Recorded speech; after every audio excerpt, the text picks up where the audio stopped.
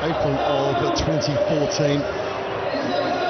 Let's have a look at the starting seven in particular for Fiji. Mbuli Kiombo has been good today. Siata's been their playmaker, but Brittany Coates has certainly made a difference. Auckland Storm and St. Peter's School in Waikato student has made a big impact on this team. A good victory over USA earlier today means that Estia Tanivalu has gone with the same starting lineup. With me is former England captain Sue Day, and Sue, that's a very strong English side. Yes, Simon Middleton's chosen to change things up a little bit. Experience on the bench, and in has come Leanne Riley at hooker, Claire Allen who'll play centre, Emily Scott at first receiver, so quite big changes from Simon Middleton. That said, Claire Allen coming in brings a wealth of experience, starting her international sevens career back in 2008. Brilliant sight to see. The white rose of England and the black strip of Fiji out on the field here in Dubai. 2 long days for the women, 3 games played yesterday. This their 6th match in 2 days in front of a very, very good crowd. Ground conditions perfect, overhead conditions a little bit cooler than what they've experienced throughout the day. And so what's the key to getting a victory in this match? It's going to be about playing with their heads up, being calm, taking things carefully, taking things gently, not getting carried away by the occasion. They're in front of a huge crowd here, and it can be easy to get carried away, but it's about both teams staying calm, doing the simple things very, very well. Jessica Baird from New Zealand is the official. We're underway. Fiji playing left to right in the black strip, and England wanting to make up for the mistake they made earlier today in that quarter-final against France, losing by 7 points to 5. The knock-on means that they will get first possession, and there's some class in this English team. Yeah, you talk about that 7-5 loss to France. There's such small margins in sevens. 1-2 point difference makes all the difference. Not in the top 4, playing it out for the lower position, so praying for a huge amount of pride here. Still lucky both teams, whilst they haven't made it to the final 4, get a chance to play in this wonderful stadium with a packed crowd. Natasha Hunt feeds 4 tries to her name in Dubai of 2014-15. The pass was loose, but the Fijians were offside, so no advantage. Will bring a penalty to the English team, and just slowing things down is Natasha Hunt. Litchfield, the 25-year-old, in her second event, 7 tries, and she now goes around looking for a runner. Coming straight on the angle is Riley over the advantage line, but fighting for possession. Now the Fijians, and so another mistake here, and more ball for the English. Chamberlain looks out to the left where she finds Scott breaking through. 27 out, quick clean ball required. Staniford gets it wide. Now it's out into the hands of Chamberlain. A little bit of dancing before she is brought to ground. 90 seconds gone, and she's held on too long. Got isolated there, and the Fijians finally get some possession. Yeah, the Fijian defence pushing up really hard, forcing the English players to get themselves isolated. Abby Chamberlain looked outside, decided she couldn't make the pass because the Fijian defence was up too hard, so cut inside where they were a lot of Fijian defenders waiting for her, ready to turn the ball over. Priscilla Siata, the injured player, top tackler yesterday with 15 on day 1, carried up the ball on 8 occasions. She's their playmaker, and she would be a big loss. Yeah, she's been such an important player for Fiji in this tournament, topping the stats all over the place. They really need to patch her up and let her carry on playing. Good performance by the Fijians earlier today against Team USA, a side that certainly is on the improve. Can they match it against the bigger, the faster, the stronger English team? And now they get it wide, going straight into contact is Mbuli Kiombo. A little offload, and then the overhead pass back into the hands of Ratu Uluva. Fijians getting a little bunched here, and so they give it to one of the smaller players that they've got in Rongitha. Watch the size of that pass. There you go. Now they try and find some width. Still holding on to possession, which is good from the Fijians. A lovely little offload there, just in one hand. And here she goes, Siata. down the little corridors, just playing within 5 metres, and so there must be some space out wide, and that's where they now need to go. The loop around from Rata Uluva, and now they get it wide. Coates on the outside too. On the Fijian standing wide, buying time and getting it back to Coates. Brittany Coates. Father is a Fijian, which gives her the qualification here.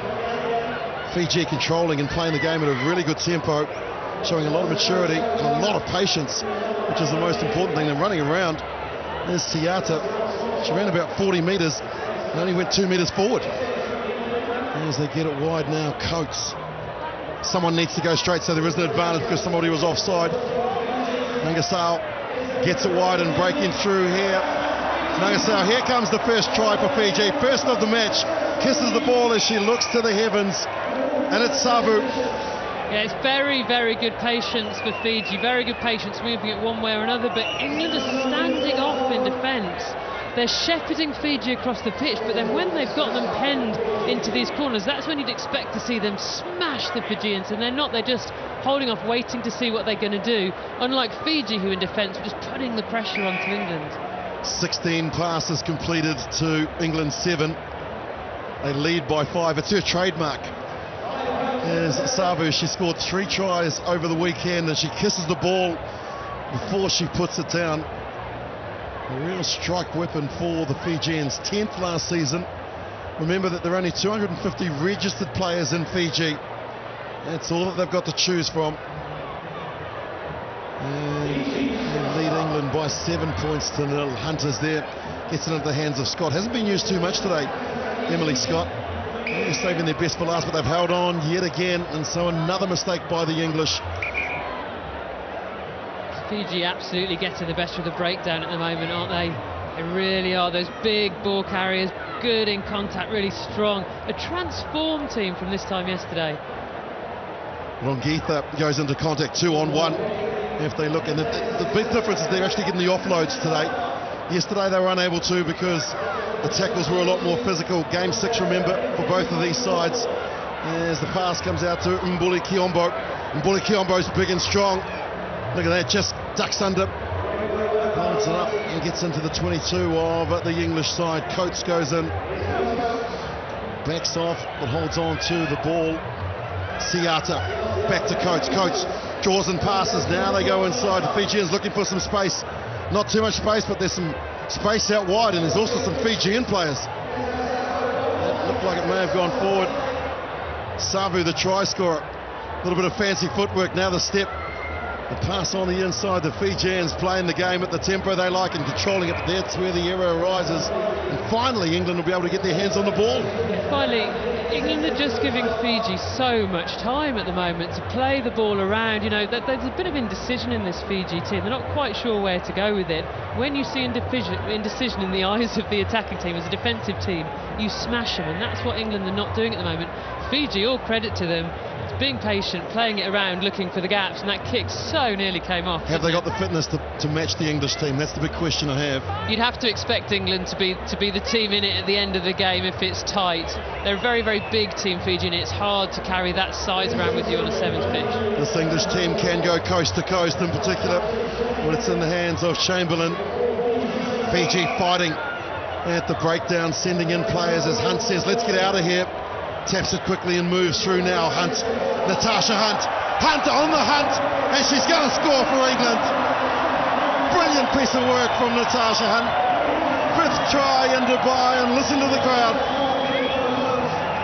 Natasha Hunt has been a quality player for England this tournament. Right, pivotal player, right in the middle of everything. Lovely, lovely footwork, really good balance winger. She's got the pace as well. Sorry, a winger in 15, so really brings that pace to the game.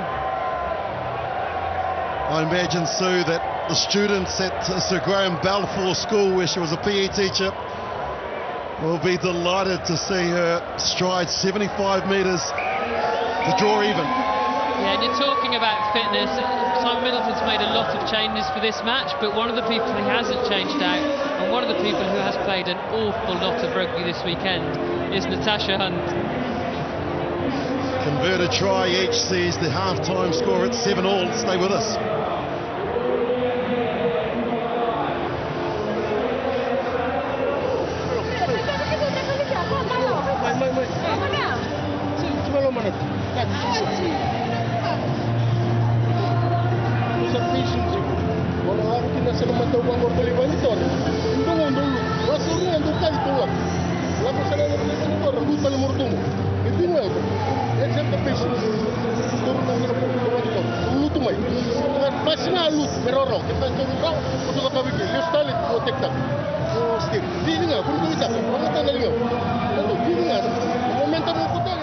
We're holding really good shape. Keep making those low tackles. Keep holding good shape. Pushing up off the ball. All right. Let's just stay with it, girls. Okay. Same 7. Come on. Okay, what is it?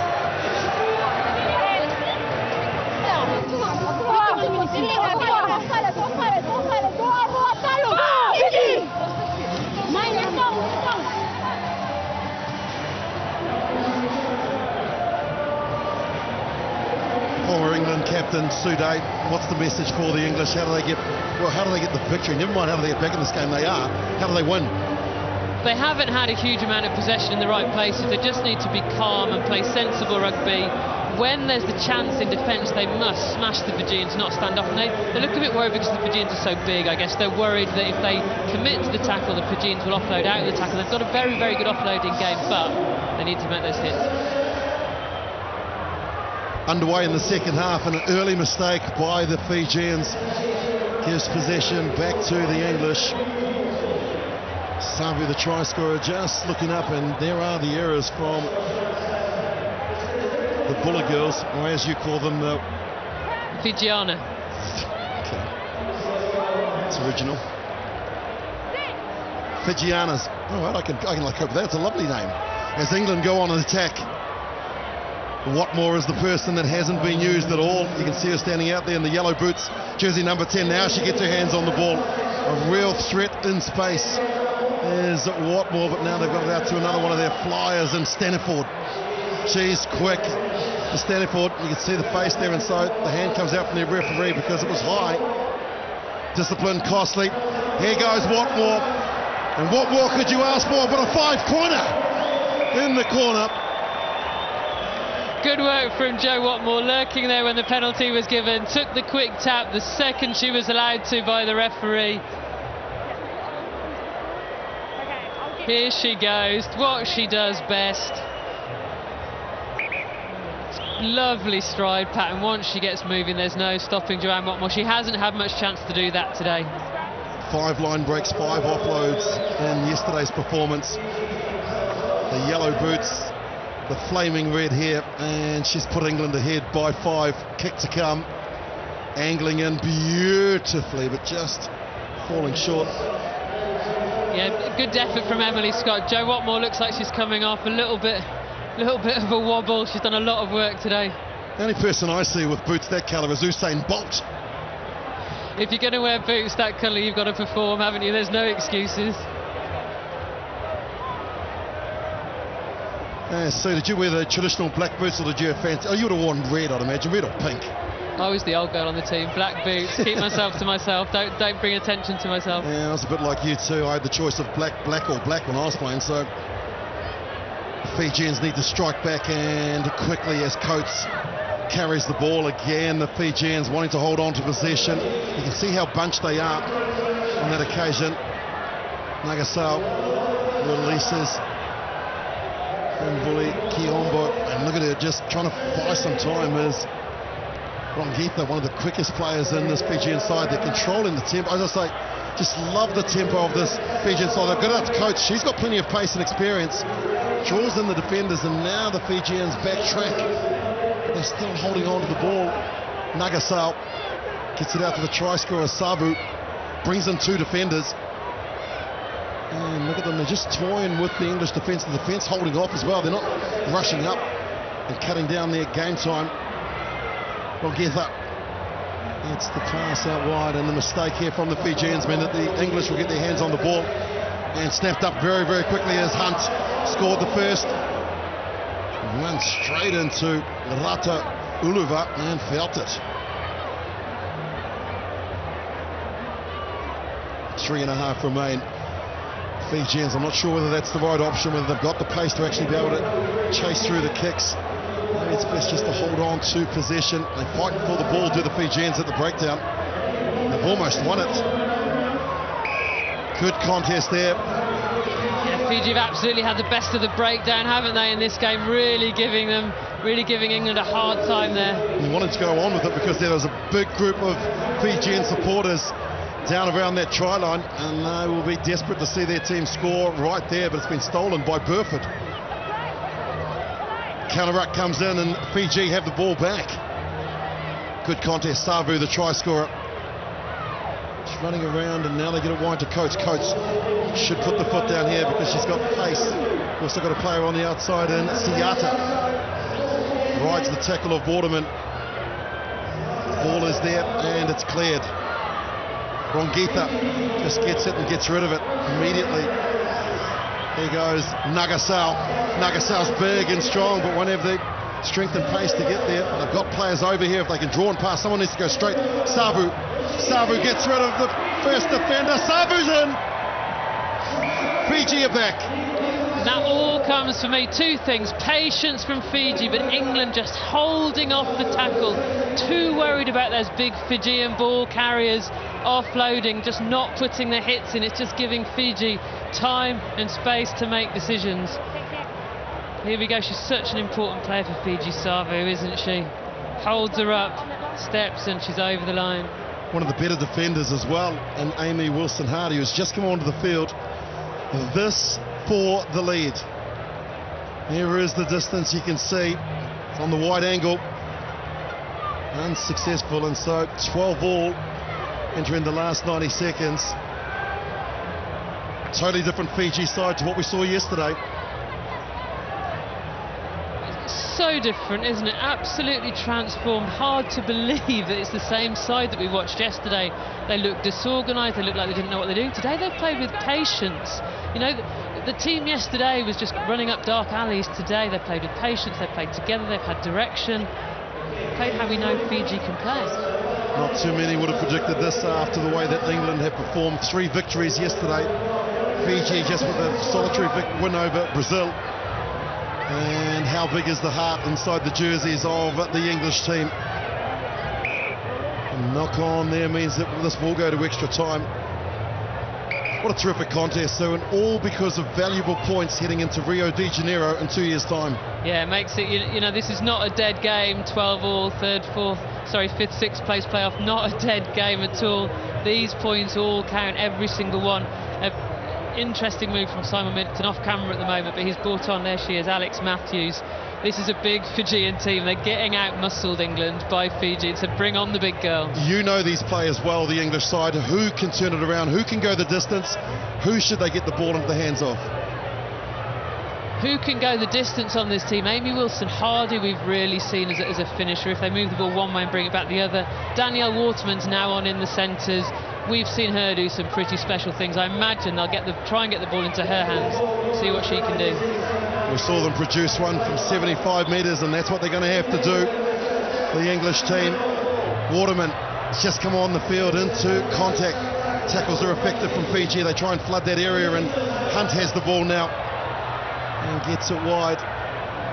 Fijian are making their tackles that they didn't make so well yesterday. Burford's been good for England. She's been out of the scrum very, very quickly. And here's Waterman coming against the traffic. Now there's some space here. England with a chance. 2-on-1. Pass juggled from Burford. Look how big and strong she is into the contact. The arm comes out from the New Zealand referee, so advantage to England. England want to go on with it. The quick tap, they need to score. Well, we're going to go into extra time. Ball is there. Turnover is okay. No, it's not. It's been knocked on, and so we head to extra time. Extra time, neither of these teams wants to go to extra time. They are absolutely exhausted. Sevens tournaments are tiring things. The 6th game in 2 days.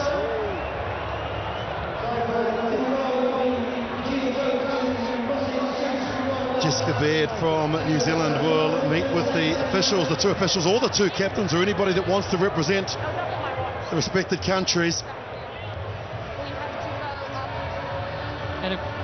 She gets the coin given to her.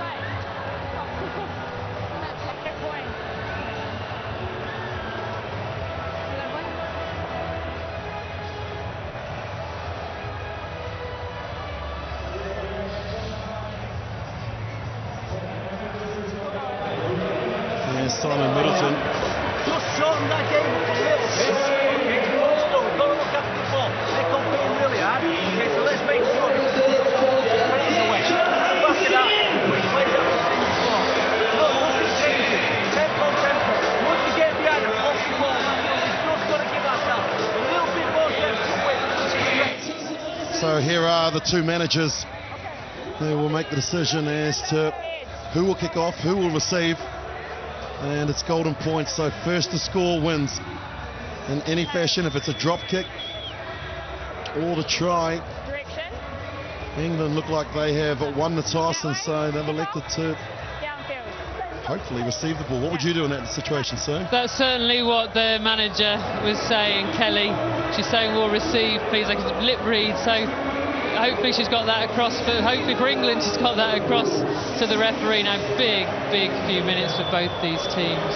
It's all about the top 2 inches now. The thing I couldn't understand is that Joanne Watmore got her hands on the ball on one occasion, scored a try, and then she was quickly replaced, and I kind of thought that maybe some of the changes that they make, particularly coaches at certain times, I kind of wonder whether they lose a little bit of momentum.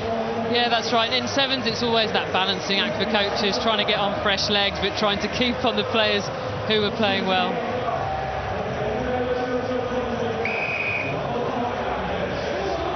Extra time and golden point here in the plate final of 2014-15. Big tackle coming in, but equal to the challengers, Alexandra Matthews, who claims it. Now they get possession. Hunt says, let's get out of here. Taps it quickly. Moving it into the midfield is England. Those lovely pink boots of Waterman. Coming back is Burford. Out to Waterman. She's lost it forward. Disappointment for the young 29-year-old. Should appreciate you calling her the young 29-year-old. Definitely one of the veterans of the team. It's tiredness setting in. Rarely do you see Danielle Waterman drop the ball, but goodness me, it's hard work out there now.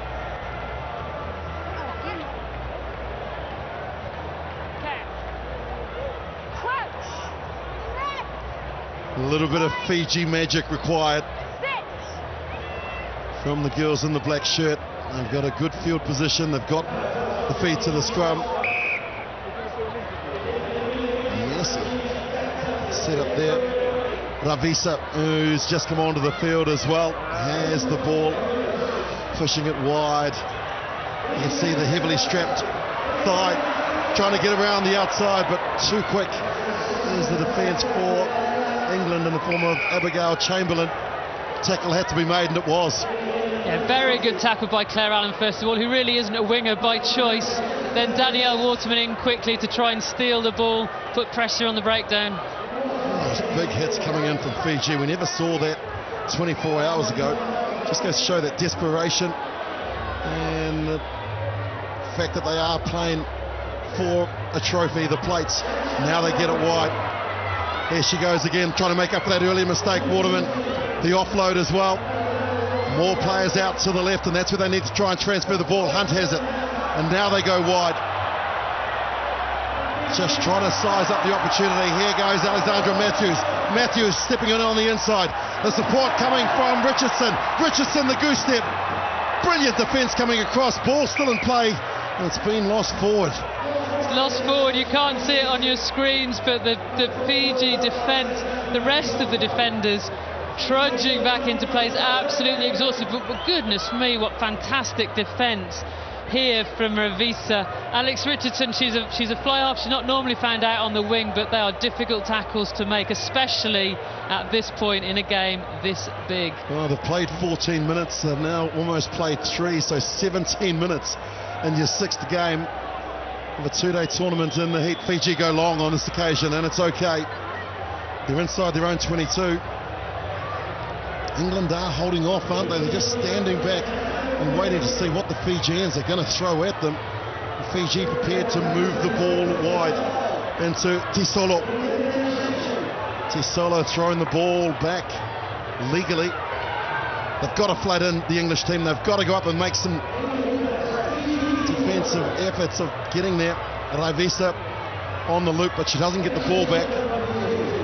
And now Fiji opt for the kick. I'm not sure if that's the right option. Natasha Hunt was back there, but I thought that she'd knocked it backwards. That it seems very unlucky to me. It looked like that went backwards off Natasha Hunt from here. But it's one of those things, the referee, you see it ricochet. Don't know which direction it's gone. We'll see the replay in a moment. Either way, that's the call. Both teams need to react to it.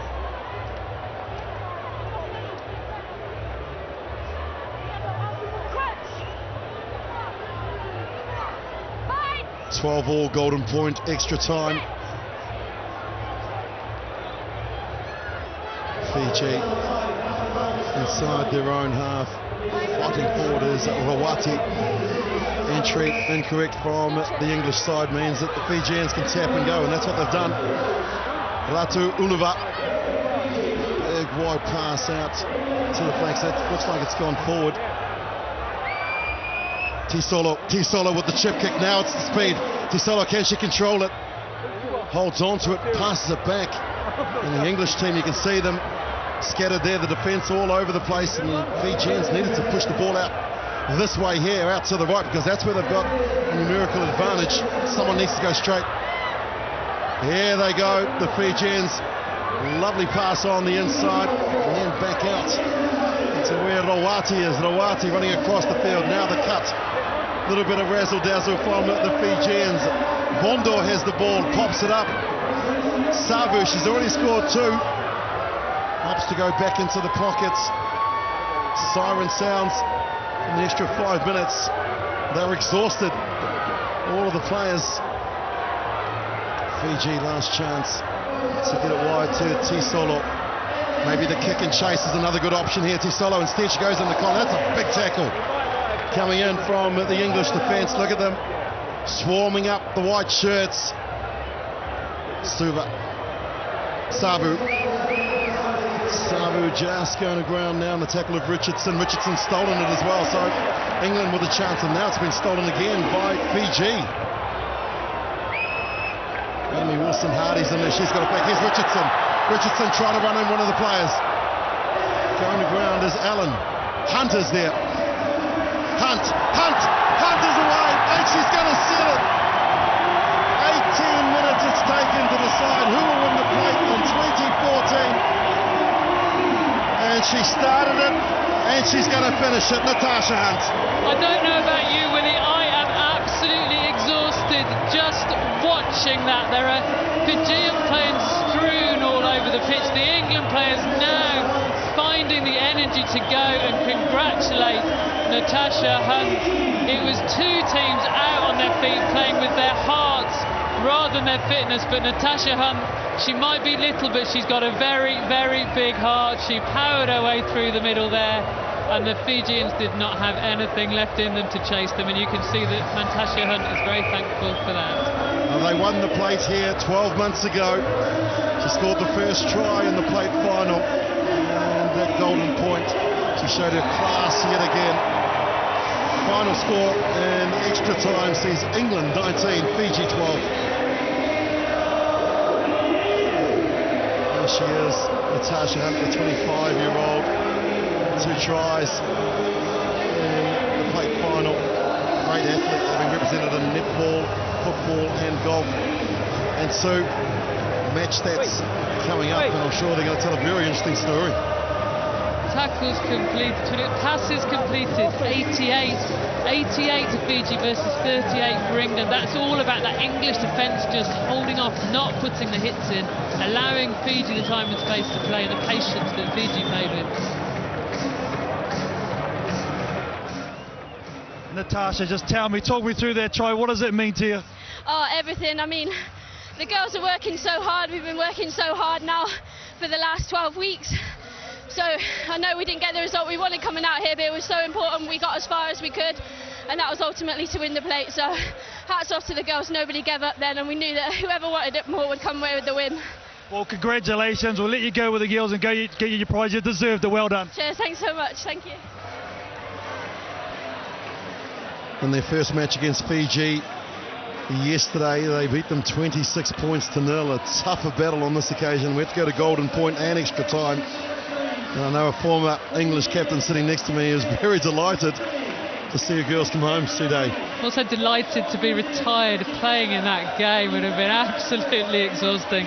It's real hot from both teams. I mean, neither team was giving it up there when they had no energy left at all. The great white shark there, John Jeffrey from the IRB, and representative from Emirates. You can see Gary Chapman to the left. What a performance. What a final. And imagine this is just the plate final. Still to come, 3rd and 4th place. And then the cup final between New Zealand and Australia. Women's Rugby World 7 Series for 2014-15. Here in Dubai, the sun and sand. Just like 12 months ago. The English team make their way to the podium to collect their silverware.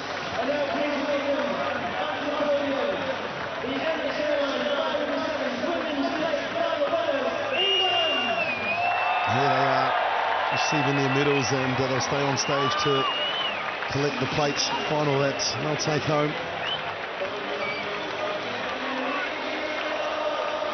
Tremendous, gutsy performance from the English.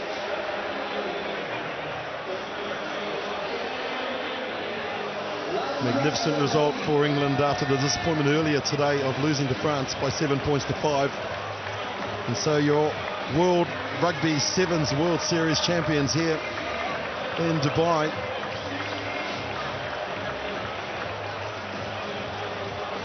Gary Chapman now just handing the captain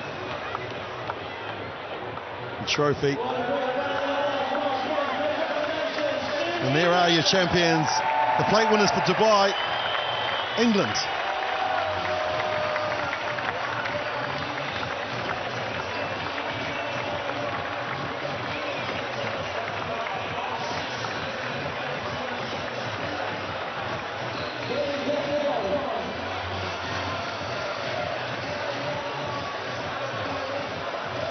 So what drama we've seen in Dubai, and it's sure to continue now as we look towards this 3rd, 4th place playoff. Canada and France stepping out in front of this great sporting theatre that we see in this wonderful stadium in Dubai. Alongside me, Mel Robinson. Well, follow that. I've got a feeling we may well do, because the way that Canada and France have gone through this weekend, they've had highs and lows, but the highs have been exceptional. This promises plenty, no doubt about it. Canada, they were 3rd on the World Series last year. They are a very good team. France, they are the surprise team this competition. They have done a lot of work on their sevens play, and they've been putting some exceptional rugby out there. So our referee, James Mboliambo, keeping the Fijian link, I suppose, off the back of that last game. And now Canada looking to get this game underway. It's a contest that they've got good history in. They've won 2 of the previous 3. They, indeed, last year they played each other in the same pool, and Canada won that one 26-0.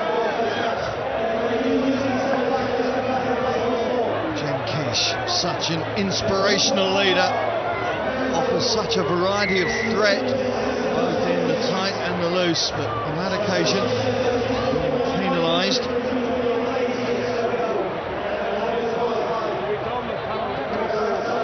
Arsenal setting up position for Jennifer Trauncy to try and release that back line. It's been a back line that has functioned beautifully at times, so smooth in that effect. It's just a matter of making sure they get themselves into the right sort of areas to play the game they want to play. Nina Guerin getting the start ahead of Caroline Ladanius for this game, as David Courtet mixes and matches his squad a little bit more. Well, the style France are showing already, it's a little bit of their offload game. They're wanting to speed it up. They're attacking into contact and they're moving it out wide. Canadian defence, though, very good at that point. They had not much room to move. They've made it up to the halfway line, though. The French advance in this tournament, Mal, is, I suppose, exemplified in that semi-final when for a while they had the lead over the champions.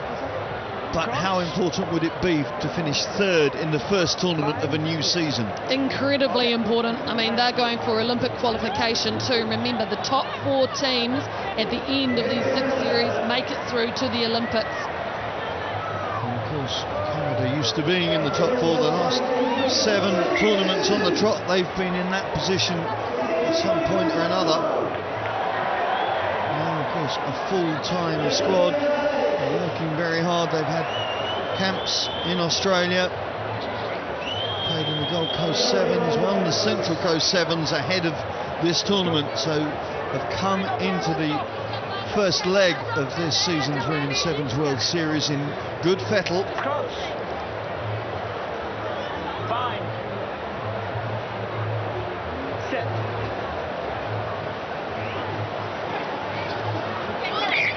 It's a helter-skelter scare on the scrum that cannot deliver the ball. So it's going to be another put-in, I think. Well, David Corté has mixed up his starting lineup for the French team for this game, which is interesting because they are playing off the 3rd and 4th. So they might take a little bit of time to get their combinations out there. Yeah, points may not mean prizes in this particular contest, but points at the end of this season could well deliver something very, very special. As Kelly Russell, captain, of course, at the 15 side, gets Canada going in this Sevens format. Bianca Farrelly having the ball pickpocketed by Fanny Halter. Look, Canada really wanted to move it wide there, but they're not going wide enough. You've got to play it to that 5 metre to really stretch the defence. They didn't do that. They were a bit lucky because the French ended up knocking it on. Just a little bit of early sparring going on through the course of these opening minutes. Both teams yet to really make any line breaks and make any serious headway into opposition territory.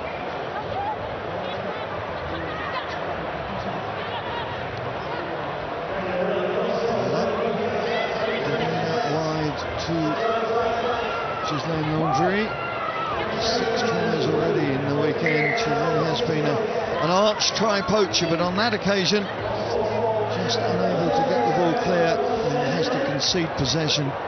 Well, she was never going to get around the defensive player, so she needed to pull up and wait for her support play to get there. In the end, she was isolated, and that's how the French were able to put pressure on that breakdown and get the ball. Do it again. Push first. Canada 3rd last season in the standings once again, and that consistency, that continuity, putting them in strong position going into the beginning of this season. I would have been disappointed with the performance against Australia in the semi-final, but if they can build now and take a 3rd place away, they will know that they've got this season off to a good start. Varela slaloming away through French defenders, but again the breakdown not to the referee's satisfaction, and again possession is conceded and allows France to try and work their own way up with Marjorie Meal, one of the most impressive forwards through the course of this weekend. Meal, normally a centre in the 15s game, but has absolutely worked her socks off through the course of these 6 games. Again, the ball turned over. That's Mandy Marchak just waiting before she comes in to the contact area, and the choke tackle, I think, has just been effected long enough to allow John Tate's side to take possession. Well, the French are unable to get their attack any go forward and any fluidity because this Canadian defence, it's pressing up hard, not giving them any space whatsoever. Well, into the final minute of the first half and barren of points so far. I can't remember many games this weekend that have been in that situation come the half-time whistle, and this one's not going to deliver that either, because there is the first try, as if on cue. Kayla Molesky with her third of the weekend, her 18th of this World Series career, such as it is at the moment, and a critical score at a critical time for the Canadians. With that blindside corridor next to a scrum, it's a perfect place to attack, especially if you've got a little halfback with plenty of pace. Went to the right-hand side, another player in support, and Maleshki ended up over. Very good try. Ghislaine Landry with the conversion as the half-time hooter goes. Everybody looking to the official to see whether we're going to play on, and the whistle confirms that that's enough for the first half as they head into the half-time huddles. It is the Canadians with the slenderest of leads, that one score giving them a 5-0 half-time advantage. Okay, catch your breath. 1, 2, 3. Okay, they're anticipating us going wide to that 15, so they're really getting tight and chasing across, so we can go to the 15. We just got to hold the depth, whoever's on the end, whether it's you or you, and look for the reverse, which means on the backside we got to connect. Stick with your rolls to keep dragging that by, right? Get in, pull them in. Let's look for the reverse and set up.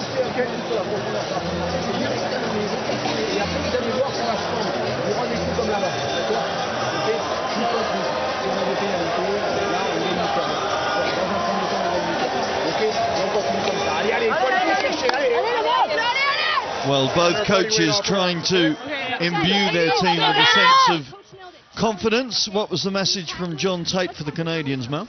Yeah, very interesting, because he actually talked about attacking around the 15. Now what that means is it's 15 metres away from the sideline. That's interesting because teams like New Zealand and Fiji that we saw before prefer to attack at the 5 metre because it stretches the defence more. So we're going to expect them to go to that area of the game, stick to that pattern in the second half.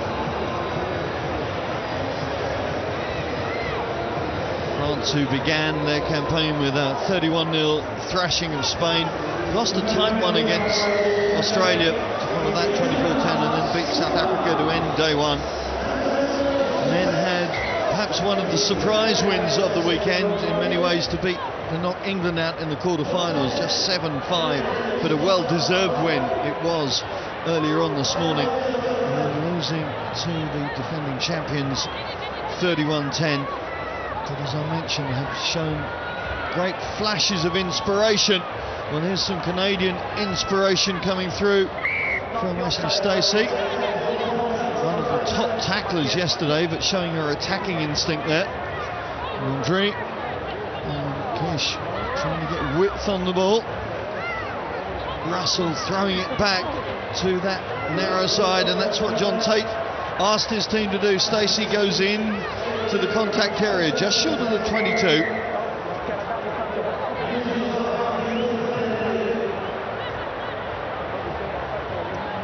To see the panic, maybe fatigue is setting in at this point too. It's been a very hot tournament, very difficult conditions to play in. Yeah, much as we're playing under floodlights now, the heat of the day has been extreme, believe me, and not that any of the spectators here, nor indeed the commentators, will be complaining about that. For the players, it is a real test of endurance, and when you get to game number 6 of this weekend, your fuel tanks are not full, that's for sure.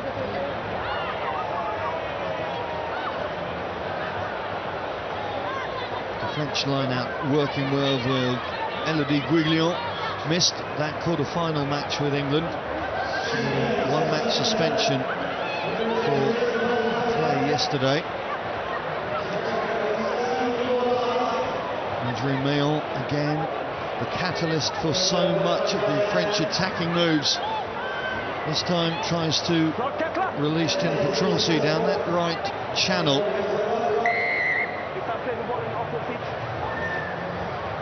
Canada having their discipline tested with these succession of French moves, phase play moves they may be, but they're making some headway. Yeah, but there was space on the open side, close sideline to us, because Canada at the moment, the doing an umbrella type defence, shut down from the outside, and they're leaving the wing free on the open side of the field. France have to identify that and perhaps change what they're doing. David Courtet making changes from the bench now in his 4th year in the role of head coach for this French women's 7 side, and really beginning to make changes in the style that they're playing. They've been in camp in Marcoussis since September, and having qualified as a core team out in the Hong Kong qualifier in the same month, really beginning to build on the way they're playing, able to build from that phase, just unable to keep the ball in hand. But it is a noticeable shift in the style of France, Mel, that you're seeing, isn't it? Well, this game's probably not the best example of it, because we have seen them move the ball beautifully, plenty of fluidity in what they've been doing. They've been shifting it wider than they have in this game. But one thing I like about them is that they really do attack the game line, so they do really get up flat. Someone tries to take the defence on, and there's always a support player there, and that's where they've been getting their breaks. 2 important changes from John Tate, with Karen Paquin and Alyssa Allery coming on. Paquin acting as one of the props there, and Allery is the scrum half, both of them in that Canadian 15 that played against England in the World Cup final back in August. It's Allery who reacts quickest, but is penalised for a feed. Slightly late call from the officials, but France won't mind, because they have got great attacking opportunity now. Right in front of the post, options right and left, and Canadian defence going to be tested to the full, you suspect. Biscarat ignites the fire, and suddenly it's moved out. Great pull in from Camille Grassano. She's another one who's had a very impressive tournament. Biscarat winds back to the near side, and in the end the door opens for Elodie Guiglion. Well, it works for France. You could see what they were trying to do down that left flank. They showed patience, they showed perseverance, and it pays off with a try.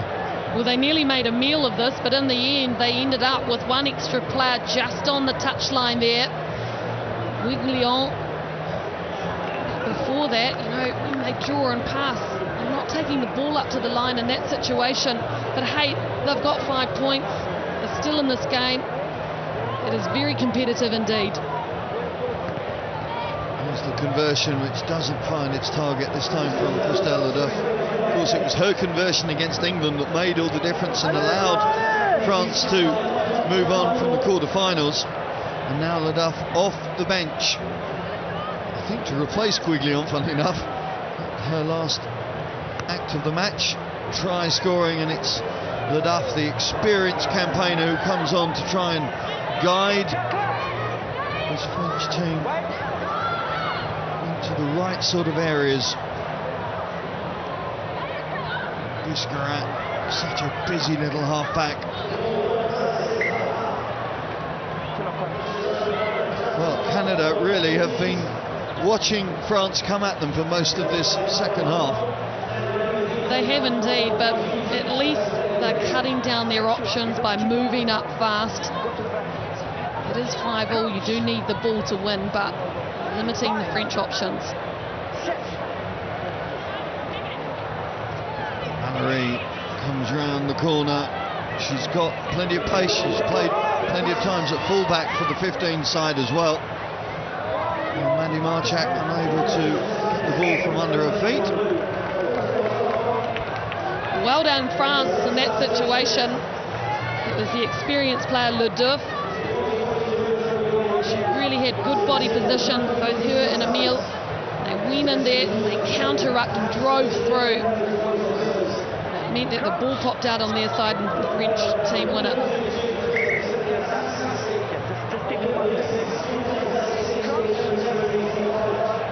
So, scrum put in, France ball.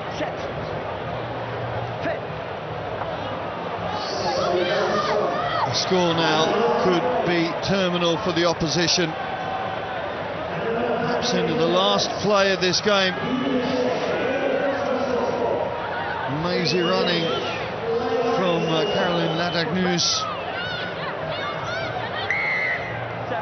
But again, unable to exploit the position. Now, Canada looking to go as the full-time hooter goes.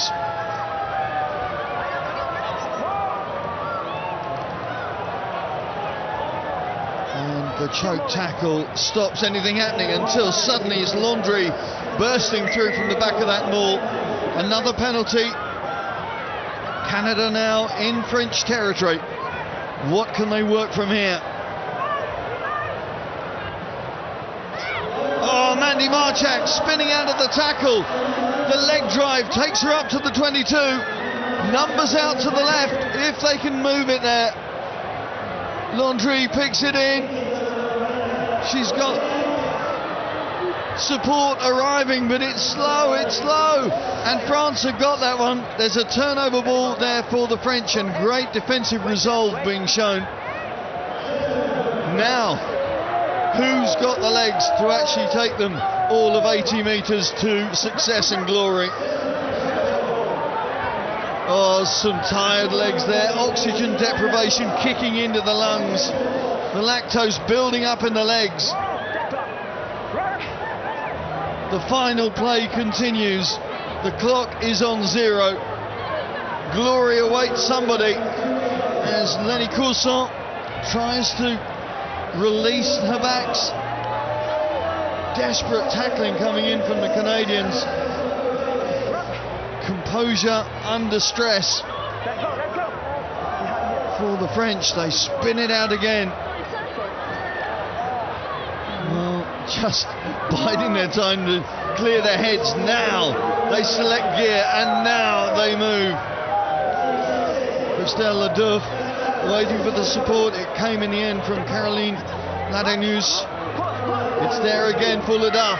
She opens the door on the left. It's Fanny Horta, who is told to sit back down in no uncertain terms by Magali Harvey, and Harvey's tackle gets the penalty, and this game continues to roll towards its end.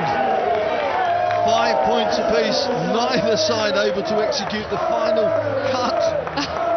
This is crazy stuff, isn't it? Just goes to show you how the gap between these top teams is so small now, with all the work that they've done in the off-season. Crazy stuff.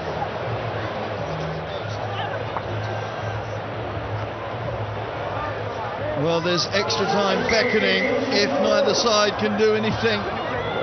Again, another penalty, and of course the game cannot end on a penalty. Farella feeds Harvey. Harvey, would you believe, in all the matches has not scored a try this weekend. What a good time it would be to change that, but she's been penalised for holding on. Opportunity knocks, but who is going to walk through the door? Oh, they're going this time with Shannon Izar.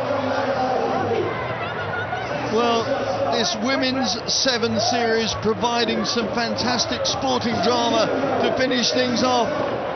We had England just managing to win the plate in extra time. Who is going to take this third, fourth match with the valuable points that of course go towards those final seedings at the end of the season? Still it goes on. Well, that could be it, I think, Mel. I think we're heading for extra time. Everybody's looking towards the official, and James Mboliambio says, well, you're going to have a breather and then we're going to go again. And they're going, no, please. I don't think there's enough oxygen in this stadium now for those players out on that pitch. I think the French team, when they started this game, looked a little flat compared to what they have been. They were fatigued already. You can see that in some of their decision making perhaps. Canada has been in a full-time program now for a few seasons. They are very conditioned athletes. They've been playing the game of sevens for a good number of years now. Got so much experience. Ledouf, you can see there talking to her team. She's the one that made the kick in the last moment of the match that probably wasn't the right option. They need people to make the right decisions. So you've got to choose end. You want to choose end? Yes, sir. Which end? This side. So kick off, right? Yeah, it's going to be the French to kick off. Canadians winning the toss and, like England before them, saying we will receive. And John Tate standing head and shoulders above his charges right now, but having to settle them down, focus their minds, give them the belief and the confidence that they can provide the final thrust in this game, which would give them the third place. Well, this time the message from John Tate wasn't so calm as it was at half-time. He's got a bit of wildness in his eyes. He talked about the ruck and taking care of the ruck, both on their own ball and defensively. They do get an opportunity with the ball first up, though, and that could be key. Well, John Tate, a man mountain as a player, a gentle giant as a manager, but there's only one thing worse than playing into an extra time scenario, and that's being the manager watching your team playing into the extra time scenario. Who has got the nerve? Who is going to find that final break that's going to allow them to score the winning try? Golden point we're on. It's the third, fourth place playoff. First score takes the third place. Le Duff sends her team up into opposition territory. Clever kick from the experienced French international Magali Harvey. Well, she scored that try in the World Cup against France, rated in the top 5 tries of the whole season. Can she do it in the shortened format of the game? What a story that would be. Jen Kish hurdle away through French tackles. Good pick up from Farella. Landry's through, and Ghislaine Landry puts her foot to the floor and sprints Canada to the third place title. Well, we didn't have to wait too long in the end. Ghislaine Landry with her 7th try of this weekend, and none of them have been more important than that. She did what every good winger should do, and that is finish it off. It was all very simple in the end. They moved it to that 15 line into a little bit of space. She still had the legs, and she went for it. So plenty of credit to Canada, plenty of credit to France as well, as they finish with a conversion. It's unnecessary to support the title, but Canada take third, France fourth in the Dubai Women's Sevens World Series 2014.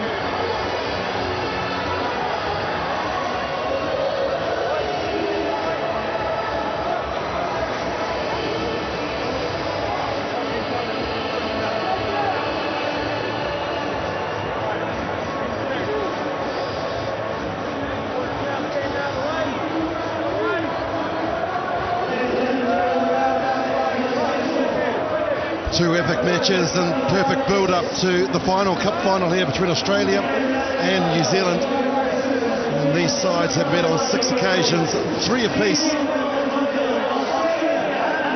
with New Zealand winning the last 2 cup finals in Guangzhou and also Amsterdam of this year.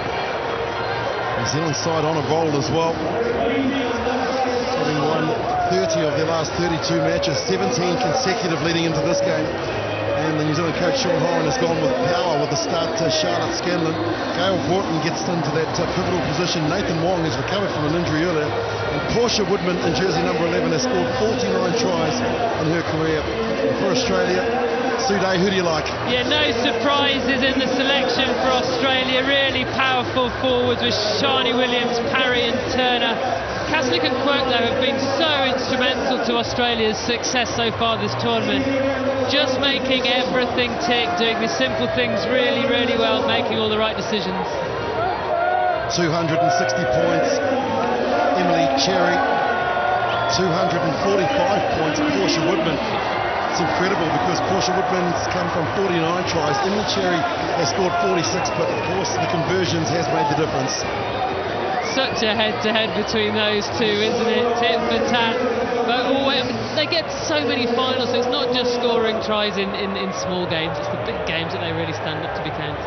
Sarah Goss there, and you may actually see Shani Williams there carrying out a cricket bat.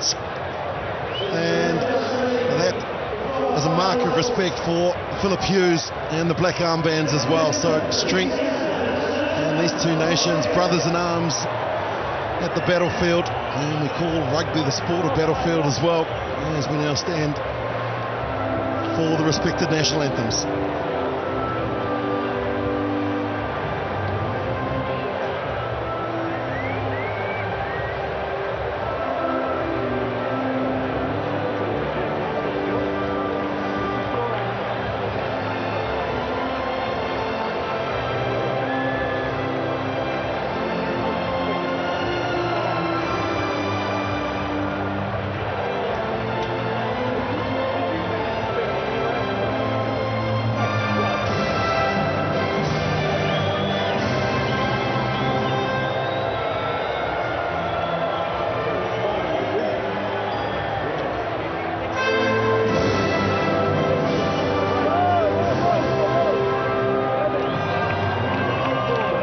Australia fair, and now the New Zealand national anthem.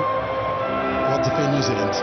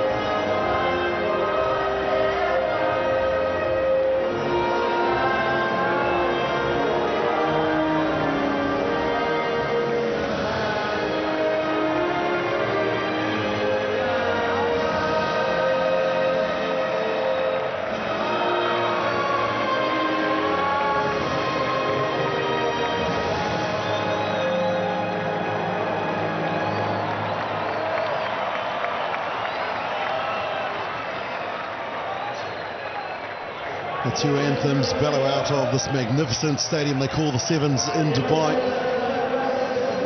And now the huddle, final instructions from the two captains, Sue, and this is all about heart. It is all about heart. Two tired teams. It's a long way through a Sevens tournament, but it's two teams who've met each other so much before. Probably in this tournament, Australia have been slightly the more fluent team, but you can never discount New Zealand with players like Hohepa, Woodman lurking out in the wide open spaces to strike.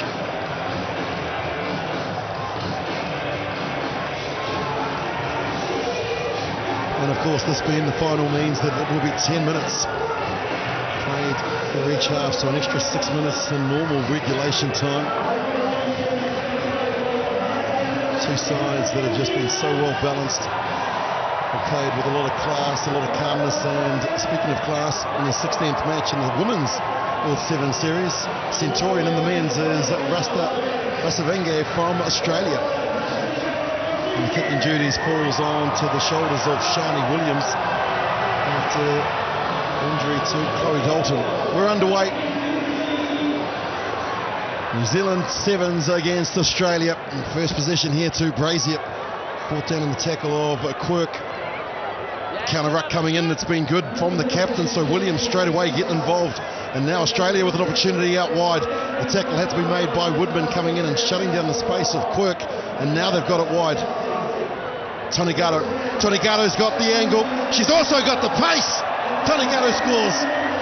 Yeah, lovely finish in Tonegato. She found herself up against Kelly Brazier. She's no slouch. She's not a winger though. Tonegato had a tiny bit of space and did not need asking twice. It was really good work at the breakdown. Kaslik and Quirk combining again, as they so often do for Australia, to secure the ball and get it out into the hands of Tonegato. Excellent finish. Super speed. 5th try for the 19-year-old. 16 tries in her career. Comes from a league background as well, and she showed a lot of maturity for such a young girl. Yeah, and any player that's keeping Aaliyah Green on the bench must be pretty special. Aaliyah Green, we've seen run some superb tries in this tournament, but she's waiting on the bench at the moment behind Tonegato. Remember 12 months ago, 2 teams in the final, New Zealand and Australia. On that occasion it was Australia who won 35-27. Now the restart again. Goss moving out there. That's gone out on the full, and so New Zealand will get the penalty in the middle of the field. Set piece, and they can calm things down here too. That extra 6 minutes makes such a big difference in sevens. It's such a long time, 2 lots of 10 minutes in sevens, when you're essentially sprinting back and forth for 2 lots of 10 minutes. It's a big loss for Australia. Chloe Dalton not doing the kick-off. Shani Williams, you know, not a bad kicker at all, but the precision that Chloe Dalton was bringing to that, Australia will miss. Brazier being held up and now dragged to the ground by Shani Williams. The clear out is good. Goss goes in and dive pass from the ground out to Broughton. Broughton with a wide pass. They're trying to get the ball into the hands of Woodman. They know how dangerous and strong she is. Woodman trying to break out of the tackle of Tonegato. Cherry comes across to effectively complete the tackle, and New Zealand have 5 forwards all out in the back line. Brazier opts for the kick for Hohipper, who chases through. Getting back is Quirk. Back into the pocket is Kaslik. Good player is Kaslik, as is Brazier. She's got to her feet very quickly, and she's going to win the penalty. Great work from Brazier at the breakdown. Really good, so quick on that. Created a great opportunity for New Zealand. There goes Hohipper. 3 short, ball released there. Goss is there. Brazier clears it. Now they look to push it wide. Lost there by Scanlon here on debut, and she looked up. The opportunity was there for New Zealand. Excellent work from Australia in defence. In those positions you have to sprint up and put the attack under pressure.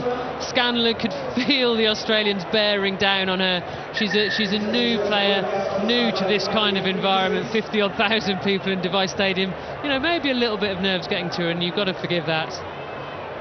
Charlotte Scanlon here on debut, part of the Auckland NPC team that won the national title in 2013. Biggest influence is Linda Waitunu. And what a player she was. She's still around the scene, Linda Waitunu, and no doubt she'll be watching this coverage. Inspirational. Need to explain one thing as well, Sue, is that Rasta Rosavange is the official here, but he works for World Rugby, and I know that some might think that because Australia is where he is now the residence, certainly there's no conflict of interest. He's here for the good of the sport, and certainly capable of refereeing this, the highest level for these two teams, as they look to get it wide now. The lovely inside ball pass finds Williams. Williams got a lot of pace. She won't be able to get there because Woodman makes the tackle, gets to her feet very quickly. Now the counter-ruck comes in from New Zealand. Brazier is there. Nathan Wong clears it out and gets it to Broughton. Now Goss is there. Scanlon out in the midfield. She's got a Hohipper to her left if required. Showing a little bit more inexperience by just going straight into contact as opposed to pulling back here, as Hohipper has. There's another tackle from Tonegato. Isolated, held on too long, and Australia have the penalty. Both teams competing so hard at the breakdown at the moment. Kaslik gets it wide to Cherry. She in turn finds Turner. 30-year-old Tokoroa born New Zealander, now a resident of Australia, former dump truck driver. Gets it into the captain, Shani Williams, and she ploughs forward. Both teams just have to get that second player into the breakdown so quickly because they're so quick onto the ball to steal it. Broughton's got a great step, as we've just seen there, beating 2 defenders and a third. And now she needs to try and find some support. That's been knocked backwards by the Australians and into the hands of the try scorer, Tonegato. A lot of mistakes here, a lot of penalties as well. Yeah, so that time at the breakdown, New Zealand trying to get in there quickly, but never actually gave Australia the chance to play the ball. So penalty Australia that time, even though New Zealand were on the ball quickly. 6 penalties in the first 5 minutes. And just the intensity from these two sides. Someone needs to show some composure. Someone needs to go straight as well. Tonigato, the offload there to Quirk. Alicia Kirk pops the ball up to Tonigato. Here comes Parry, the big power and strength from the Australian front row. And now they've got a completion right here. They should score here. Straight to the line goes Cherry, the top point scorer. The inside pass and shut the gate again. Australia won't be stopped here. Brilliant angles. And just love the way that they moved the ball to one side, and the Kiwi-born Australian now, Amy Turner, scores the second try. Such a well-worked try, wasn't it? So much had gone before here, but then Emily Cherry and Amy Turner, they just have Portia Woodman to beat. They think, right, perhaps trying to gas her on the outside isn't the right option. Emily Cherry, those cut moves, those switch moves, people often do them too flat. What Emily Cherry did so well was carry it forward at pace, really challenging Portia Woodman, taking her with her, and so made it really easy when she passed the ball back inside for Amy Turner. The work by Shannon Parry earlier on in the build-up to that try. One of the real standout players in this Australian side, the 25-year-old front rower. So big and strong, meant that 2 or 3 defenders had to go in there. Good lesson for the New Zealanders here. Shani Williams kicks off again. Goss is there, but overcalled by Hohepa, who passes the ball back to her captain. Still plenty of time here for New Zealand. No need to panic as Sarah Goss sets the ball up. Hohepa back to Nathan Wong. Nathan Wong spots a gap and she goes through it. Now she needs some support. Brazier's on the left-hand side. She's popped it up. Foot race here. Brazier running an angle. Hohepa just overran it. And it's been knocked forward. Great scramble defence from Australia. Great interplay between New Zealand. Very, very good. Quirk missed the initial tackle, but then Kaslik was on hand. The two of them always there looking after each other to make the cover tackle. 2 unbeaten teams. New Zealand went through pool play yesterday, beating China 43-0. A tough one against Team USA, just winning by 5 points, 24-19, and then against Russia 29-12. And today they defeated Russia 19-17, a closer game, after getting through the quarter-final against France 31-0. A trail by 2 tries here, 12-0, with 2 minutes remaining in the first half. What have New Zealand got up there? See, they haven't really got the ball to their big ball carriers in much space yet. Portia Woodman would dearly love a bit of space here to have a run in. And she's going to get that opportunity right now. Tonigata comes at her again. She's been good on defence, and maybe that's why she's been given the starting role as opposed to Green. Here goes Kaslik, the offload, and now the pop pass up to Tonigato, and with the tackle is Woodman on that occasion. So a great battle out on the right-hand wing. Overlap here for the Australians if they can move it quickly. Spotting the danger, so Carla Hohepa coming in to close down that gap. And now the Australians with patience and ball. Quirk gets it out to Tonigato. Woodman is equal to that challenge and forces her into touch. Yeah, Tonigato had very, very little space to play with there. Very difficult for her not to take that one into touch. New Zealand need to score next. The current world champions up against the defending Dubai champions. It's been a quality match in the opening 9 minutes of the first half. 2 very evenly matched sides. Australia with just slightly more composure, probably more experience. The halfbacks have more experience of playing together, which makes a big difference. Goss went up and originally won it, but Parry's come through, and the counter ruck has worked brilliantly for the Australians. She's thrown the ball back though, and that's what she's not allowed to do. You can hear the explanation there from the referee. Nathan Wong. New Zealand need to score. Brazier into the hands of Broughton. Get it to Woodman's hands nice and quick and let her have a go. She looked up and saw that Tonigato was there and she's lost it forward. Yeah, very unusual loss of concentration from Portia Woodman. Both teams will be tied. That's 9.5 minutes into a half of sevens rugby, but very, very unusual for her. Australia at the moment are just putting so much pressure on New Zealand, aren't they?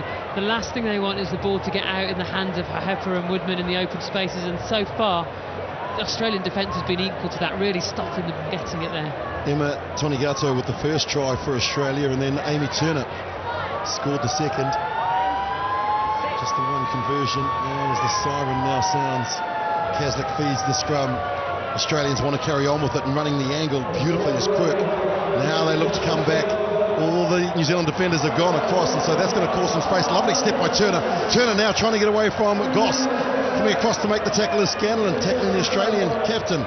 Turner quickly recycles the ball. A lovely long pass by Quirk. Offload again, Kaslik is there. 2 on 1.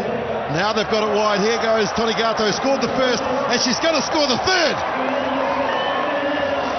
Brilliant play from Australia. That was very, very good. That was exceptional sevens rugby from Australia. The interplay there, the awareness of where each other were. This is just the end of it. So much had gone before there. Quirk out to Emily Cherry, kicks the ball for it. Kaslik again, Kaslik and Quirk right in the middle of it all, and Tonigato waiting in the open space, finishing it off. Poor old Kelly Brazier up against her again there, but all she can do is shepherd her into the corner to save the extra 2 points. Kaslik, Quirk and Cherry share a flat. So you can imagine what it's like to go and get a drink. There must be a competition every single time in the flat to do anything. And showing that combination there. Unsuccessful with the conversion. Australia sending a message to the world champions that they are not going to release their title. 17-0 at the break.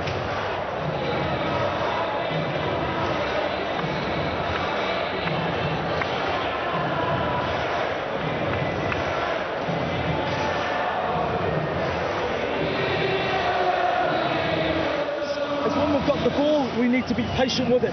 Okay, so that's decisive around comms. So all it is, it's either a black, and that second person's got to get there really quickly, but the black player, so Geordie, Rubes, Gossie, you've got to hold your feet, okay, because they get in there early. They get in there.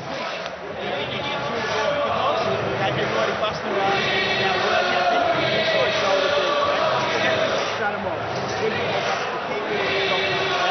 Enjoy the hard work.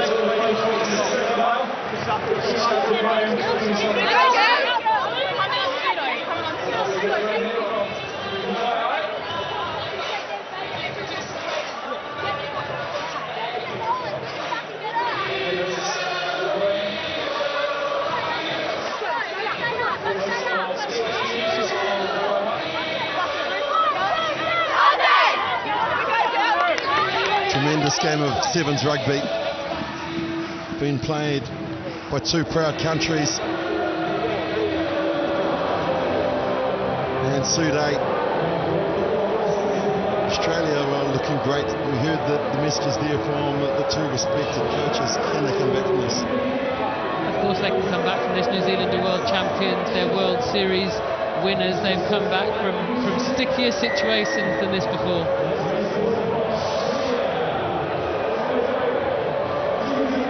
Nathan Wong gets us underway for the second 10 minutes of this, the first in the series of 6 in the Women's Sevens World Series for 2014-2015, and possession to the Australians. Trying to get away on that occasion was that Cherry. Held on to, here goes Kaslik. She's got pace, Kaslik. She's got a lot of pace.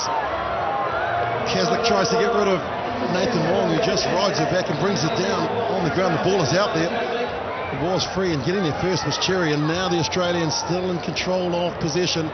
Look to push it wide from one side to the other. Quirk running an angle, asking Parry to come back on the angle. It's picked up beautifully now, and New Zealand have the ball. Here's their first real opportunity. Drawing pass there from Webber, who's just come on the field. Sarah Goss, the big step, and she kicks out of it.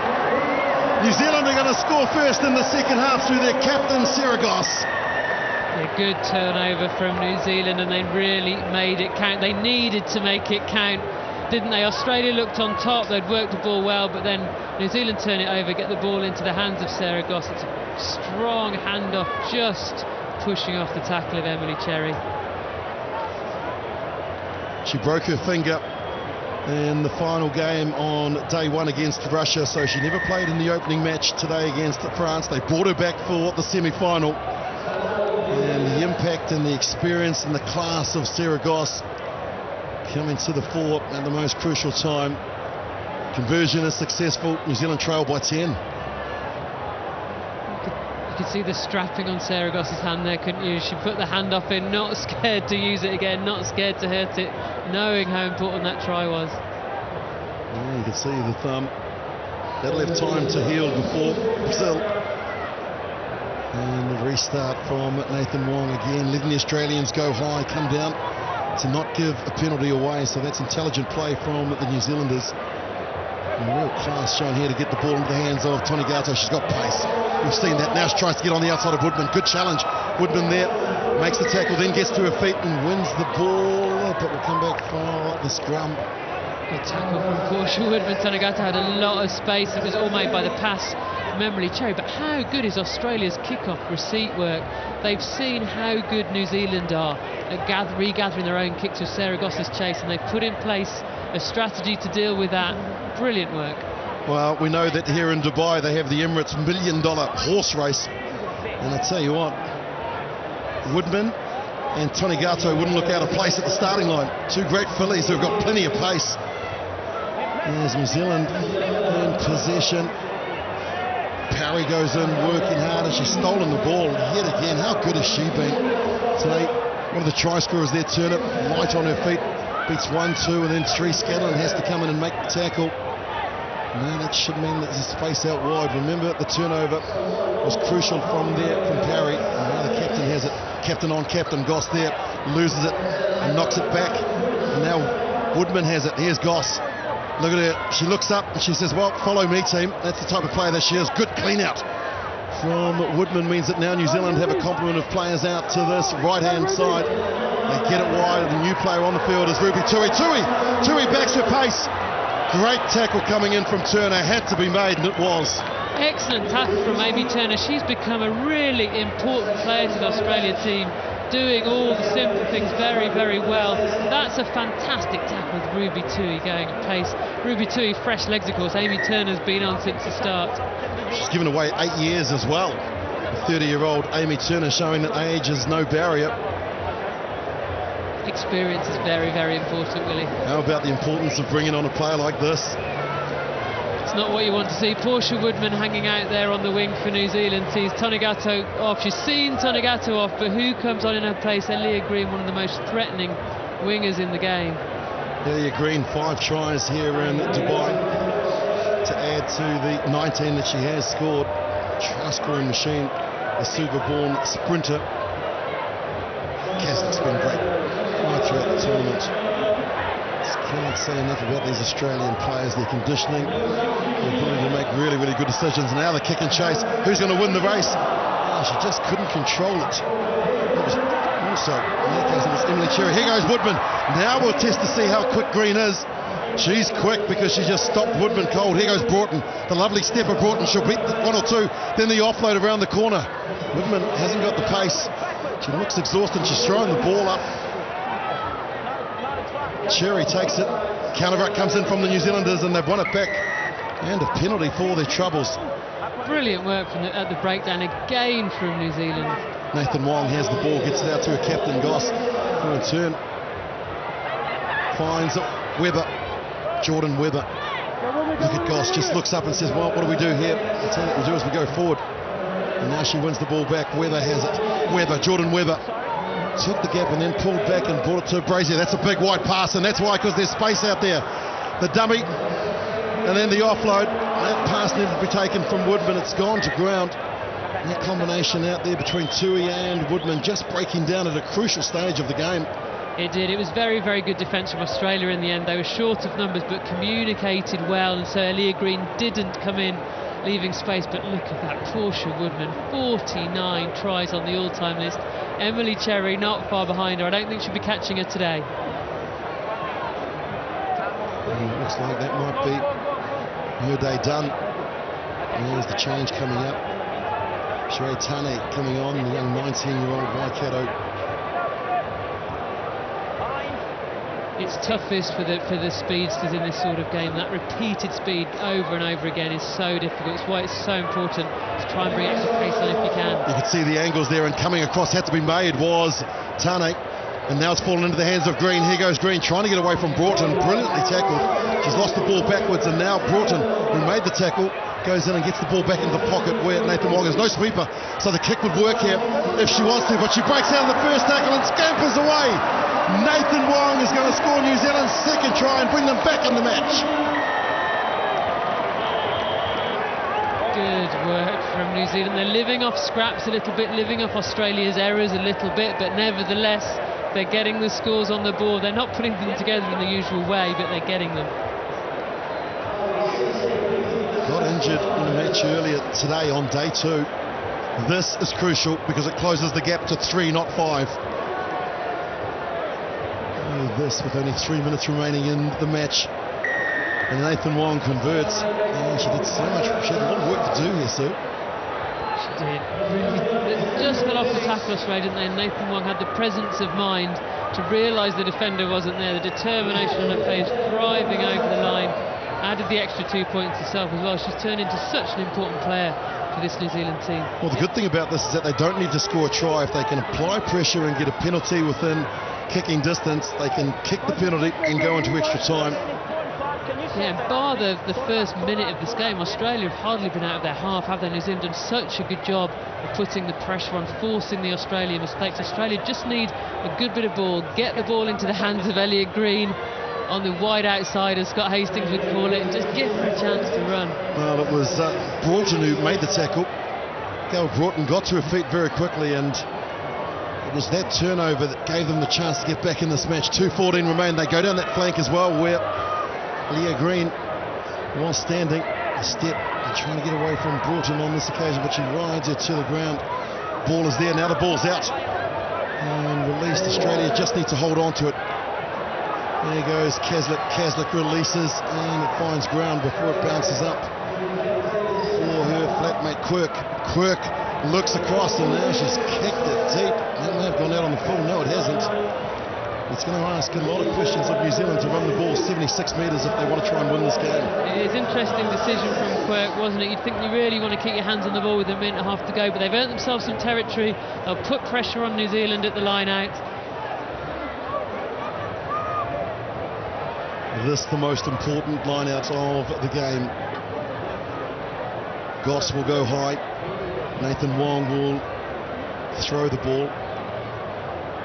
Lifted high, it's taken. Was it straight? No, says the referee. That's a poor mistake as well from New Zealand, because Australia weren't competing fully. They didn't have a full pod. They just had one lifter behind the jumper, and so New Zealand were always going to be much higher. They didn't need to make that a difficult throw at all. A lot of ball given away by both sides, kicked away more by Australia. Most of the turnover, it's been a real area of competition, and the Australians have said we won't go for the scrum, we'll go for the lineouts. It's a really interesting decision, isn't it? They must think they've got a better chance of winning it, but they've got a great defensive lineout, New Zealand, if they choose to use it. Goss is there, they rise high. That wasn't straight either, so it's 1-1. Big mistake here by New Zealand means that, or Australia rather, means that New Zealand will take the scrum. Big call by Australia to go for the line-out, wasn't it? Really big call.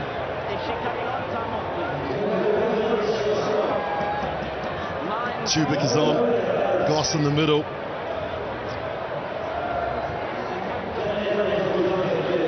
And Mboro, I think it is, who's on jersey number 9 as well, so new replacement there. Gemma Etheridge comes on, the qualified radiographer. I had to explain to Melody Robinson that doesn't mean she listens to the radio a lot. As Brazier goes on the attack, Brazier into contact, needs some support, and it comes in the form of Nathan Wong. New Zealand have gone forward to now come backwards as Goss gets the ball, breaks the tackle of one, and then the offload. Now they get into the pace of Nathan Wong. Nathan Wong caught. Another quick release. Here's Brazier. They've got some pace out here. Broughton throws the dummy. Broughton had a player on the outside. Tane is there. Tubic looks up, and there's a big tackle coming in from the Australian captain. Shani Williams needed to make it, and she has. Last chance saloon for New Zealand. Broughton will tap and go. Brazier. Nathan Wong. This for the championship. Nathan Wong on the outside now. Here comes Goss. Goss, the big feed and a try! New Zealand have stolen it! Unbelievable! New Zealand have stolen the game from Australia, and Sarah Goss with a broken finger scores the most crucial try in her career. Fantastic work from the New Zealand captain. wonderfully worked try by New Zealand. Australia absolutely gutted. They can't believe they've lost that game. They were so much in control. They simply haven't had the ball. There it goes. Braunton to Brazier. Nathan Wong really takes that ball forward at place, challenges the defence, and Sarah Goss is not being stopped from there. The handoff on Kaslik, and she is over the line, the proud New Zealand captain. Poor Alicia Quirk, the fend-off there. Forget about the broken finger. That all counts for nothing. And a complete reverse of what we saw 12 months ago, where Australia came back and stole the match. That takes New Zealand to 18 consecutive wins, 31 from 33. Look at that smile, that says it all. Oh, the jubilation from the coach. They have stolen this game. They've played their get out of jail card early in the tournament, and 20 valuable points for the New Zealand team. Can't quite believe New Zealand pulled that off. That is a phenomenal comeback. Australia had been controlling that game so well, but the belief in that New Zealand team, they believed until the very last minute, and they did it. All the emotions that you love about sport, the jubilation, the success, the happiness, right back to the disappointment that we see from the Australians. She had no right to score that try. Sarah Goss had a lot of work. She got the ball. There were plenty of defenders in front of her. And maybe that extra 6 minutes that we spoke about earlier came to the fore. The lovely fend-off. And congratulations to New Zealand. Sarah Goss will be a very, very, very happy captain. And let's hear from her now. She's downstairs with Kautanana.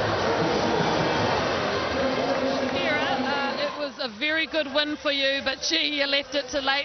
How do you think you took that victory? We just played right to the end.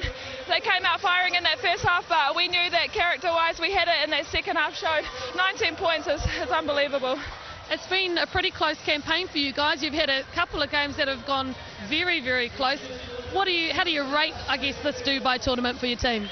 It's been amazing, and like you said, it has been close, but that's because it's an Olympic qualifying year, and everyone wants to go to the Olympics. Congratulations. Thank you, Mel. Thanks. They showed a lot of patience, calmness, composure, diligence. All of those sorts of words come to mind immediately. And the Australians. So we've all been in that situation. We thought we were going to get victory. And sadly it doesn't come about. So what does it say about the character of the New Zealanders, and more importantly about the characters of the Australians? Sport can be so cruel. It's either amazing or it's awful, a situation like this. New Zealand know exactly how Australia are feeling, because they were feeling exactly like this time last year. Both teams have huge character. Both teams gave it everything. It wasn't a case of one team wanting it more than the other. It was just the form at that moment in this game. New Zealand had the belief, like Australia did last year. On the World Series table, is so important this year. 20 points, remember, for the victory, all the way down. China finished in 12th spot, but they'll still get a point. And I'm just reminding you, if you are just joining us now, that it's all because of the Summer Olympics of 2016.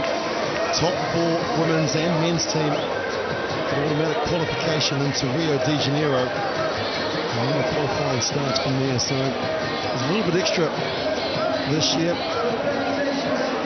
Many were suggesting too that the New Zealanders didn't look at their best on day one. And let's have a look at the table, Sue.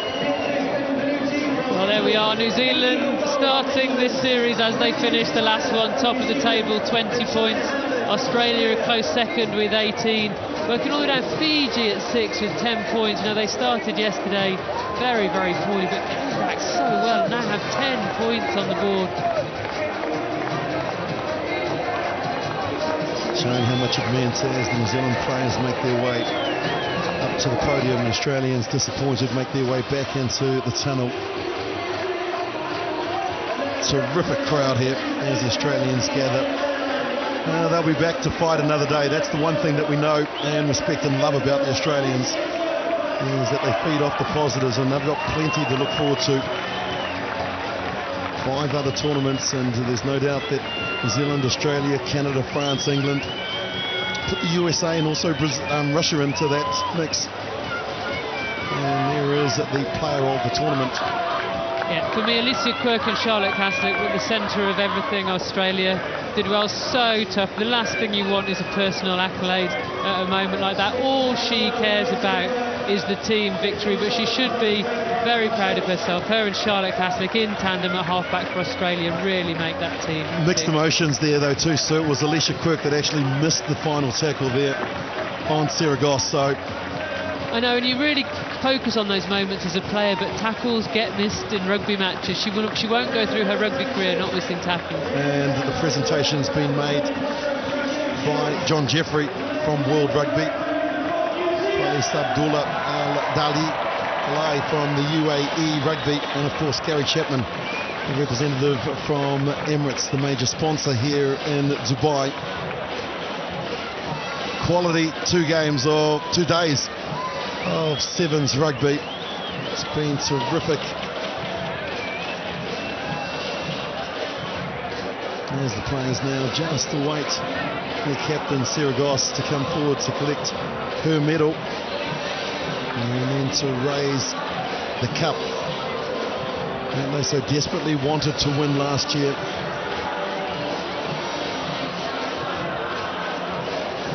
Sarah Goss handed the cup for 2014-15, and New Zealand are your IRP champions. Cup winners in Dubai with the Women's 7 Series for 2014 is New Zealand.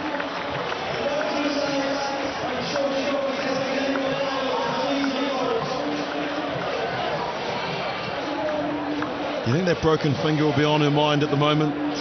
I think she might feel it in the morning. Right now, the adrenaline will be kicking in and she'll forget that ever happened. Same with Portia Woodman-Shaw ribs. We saw her get a big hit on those yesterday, but the adrenaline of moments like this. Let's just look at the table one more time to confirm what we know. New Zealand 20 points, Australia second on 18, and then that makes up your top 4 of Canada and France.